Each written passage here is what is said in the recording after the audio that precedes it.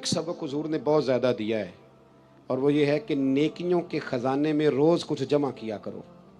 کس خزانے میں؟ چلے میں زیادہ تنگ نہیں کرتا، آپ بول پڑیں تو شکریہ، نہ بولیں تو میں تو جا ہی رہا ہوں۔ کس خزانے میں جمع کرنا ہے جی؟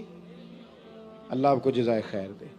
جس طرح ہمیں پتہ ہوتا ہے نا میرا مکان کتنے کا ہے، ہمیں پتہ ہوتا ہے میرا موبائل کتنے کا ہے، پتہ ہوتا ہے کہ میرے بینک میں پیسے کتنے ہیں۔ کیوں جی؟ پتہ ہوتا ہے نا، خبر ہوتی ہے ساری کہ اب میں کتنے میں ہوں، اب میں کتنے، پتہ ہوتا ہے نا۔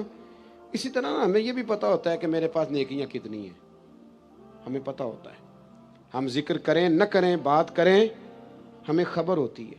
لیکن پیسے کم پڑ جائیں تو بڑھانے کے لیے صبح محنت شروع کر دیتے ہیں۔ نیکیوں کے خزانے میں کوئی شے نہیں، اس کے لیے صرف عاجزی کرتے ہیں، کہتے ہیں میرے پلے نیکی کوئی نہیں، تے نیکی کوئی نہیں تے نیکی کار، عاجزی کر رہا ہے جی، بڑا گناہگار ہاں تے نیکو کار ہو۔ اس لیے کہ حضور نیک بنانے آئے ہیں۔ نیکی نہیں تو میاں نیکی کر، نیکیوں کے خزانے میں روز کچھ جمع کر، کچھ پروگرام بنا۔ صحاح میں حدیث ہے، حضرت جناب سیدنا ابو بکر صدیق رضی اللہ تعالیٰ عنہ، حضرت عمر فاروق، حضرت عبد الرحمن ابن عوف، تمام صحابہ کہتے ہیں فجر کی نماز حضور کے پیچھے پڑھی۔ کون سی نماز جی؟ بول کے بتائیے۔ چلو میں دعا کرنے لگا ہوں، آپ آمین کہنا۔ آج سویرے اللہ ہم سب کو فجر با جماعت عطا فرمائے۔ یار آمین تے آگ سڑو، ابھی تو دعا مانگی ہے، قسم تھوڑی اٹھوائی ہے۔ اللہ ہمیں فجر، دیکھ لیں آپ آمین کہنے میں بھی مسکرا ہی رہے ہیں، یعنی اس میں بھی پکا ارادہ نہیں۔ اللہ، میرے پاس ایک بندہ آیا، کہنے لگا پیر صاحب دعا کرو اللہ میں پیسے دے میں وہ رستے دیا گا۔ میں کہ یا اللہ انہوں 10 کروڑ دے، 9.5 کروڑ تیرے رستے دے چڑے گا۔ وہ چپ کر گیا، جی میں تسی نہیں کر گئے سارے۔ میں کہ اللہ انہوں دے 10 کروڑ، 9.5 کروڑ، اندر نہیں جی ٹھیک ہے۔ میں کہ تم کوئی نہیں دینے، سمجھ لگ گئی من تیری۔ یعنی دعاؤں میں بھی ہم وہ کام کرنے کا ارادہ کرتے۔ تھوڑی توجہ کریں، میں بات سمیٹنے والا ہوں۔ کہتے ہیں صحابہ کرام کہ ہم نے حضور کے پیچھے نماز پڑھی تو فجر کی نماز کے بعد ہی نبی کریم علیہ السلام نے سوال پوچھا۔ محبوب کریم علیہ السلام فرمانے لگے کہ بتاؤ بھائی، آج کسی بندے نے روزہ رکھا ہے؟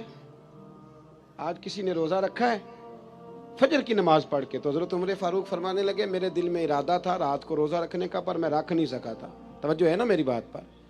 میں رکھ نہیں سکا تھا۔ جب حضور نے پوچھا نہ رکھا ہے دوسری دفعہ، تو کہتے ہیں اور تو کوئی نہ بولا، جناب صدیق اکبر بولے۔ عرض کرنے لگے حضور اگر آپ حکم نہ دیتے تو میں نہ بتاتا الحمدللہ میں نے روزہ رکھا ہے۔ حضور علیہ السلام نے فرمایا فوراً، فرمایا بھائی کیا تم میں سے کسی نے کسی بیمار کی تیمارداری کی ہے؟ تو حضرت عمر بولے، عرض کرنے لگے حضور ابھی تو فجر پڑی ہے، گھر جائیں گے تو تیمارداری کریں گے نا۔ تو محبوب نے دوبارہ پوچھا، فرمایا چلو بتاؤ یار کسی نے تیمارداری کی ہے؟ تو حضرت صدیق اکبر بولے فجر پڑھنے آئے۔ کہا حضور میں نے کی ہے۔ حضور نے فرمایا کس طرح بتاؤ؟ عرض کی حضور 2-3 دن سے حضرت عبد الرحمن ابن عوف نماز پڑھنے نہیں آ رہے تھے، میں نے رات کو پتہ کیا تو پتہ چلا بیمار ہیں۔ مجھے پتہ ہے کہ رات کو وہ جلدی سو جاتے ہیں پر وہ تہجد میں ضرور اٹھتے ہیں، تو یا رسول اللہ میں ذرا جلدی اٹھا تھا تو فجر پڑھنے سے پہلے تیمارداری کر کے آیا ہوں۔ حضرت عمر کہتے ہیں میں حیران ہی رہ گیا کہ یار یہ بندہ کسی اور کو بھی کبھی آگے گزرنے دے گا۔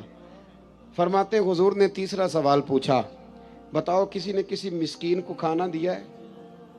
تو حضرت عمر کہتے ہیں میں پھر بولا حضور ابھی تو دن چڑھا ہے، فجر پڑی ہے، باہر نکلیں گے تو کسی مسکین کو دیں گے۔ تو حضور مسکرائے، فرمایا عمر تو ذرا چپ نہیں کرتا؟ تو حضرت عمر کہتے ہیں میں پھر سمجھ ہی گیا کہ بولنا کس نے ہے۔ حضرت صدیق اکبر بولے، عرض کرنے لگے یا رسول اللہ اگر آپ حکم نہ دیتے تو میں نہ بتاتا، میرے حصے میں یہ اللہ تعالیٰ نے نیکی عطا فرمائی ہے فجر سے پہلے۔ وہ کس طرح؟ عرض کی حضور نماز کے لیے اٹھا ہوں تو میرا پوتا بھی اٹھ گیا تھا۔ حضور میں نماز سنت ادا کرنے لگا یا نفل پڑھنے لگا تو اس نے اپنی اماں سے روٹی کا مطالبہ کر لیا، تو اس کی اماں نے 2 روٹیاں بنا دی۔ تو حضور ایک روٹی اس نے کھائی تو ایک اس کے ہاتھ میں تھی، میں دروازے پہ نکلا ہوں تو سامنے ایک بھکاری کھڑا تھا اور کہنے لگا اے مدینے والوں رات کا بھوکا ہوں۔ کہتے میں نے اسی وقت اپنے پوتے سے وہ روٹی لے کے اس مسکین کو دے دی۔ اے مدینے والے حبیب اگر آپ حکم نہ دیتے تو نہ بتاتا، میں نہ فجر پڑھنے سے پہلے مسکین کو کھانا دے کے آیا ہوں۔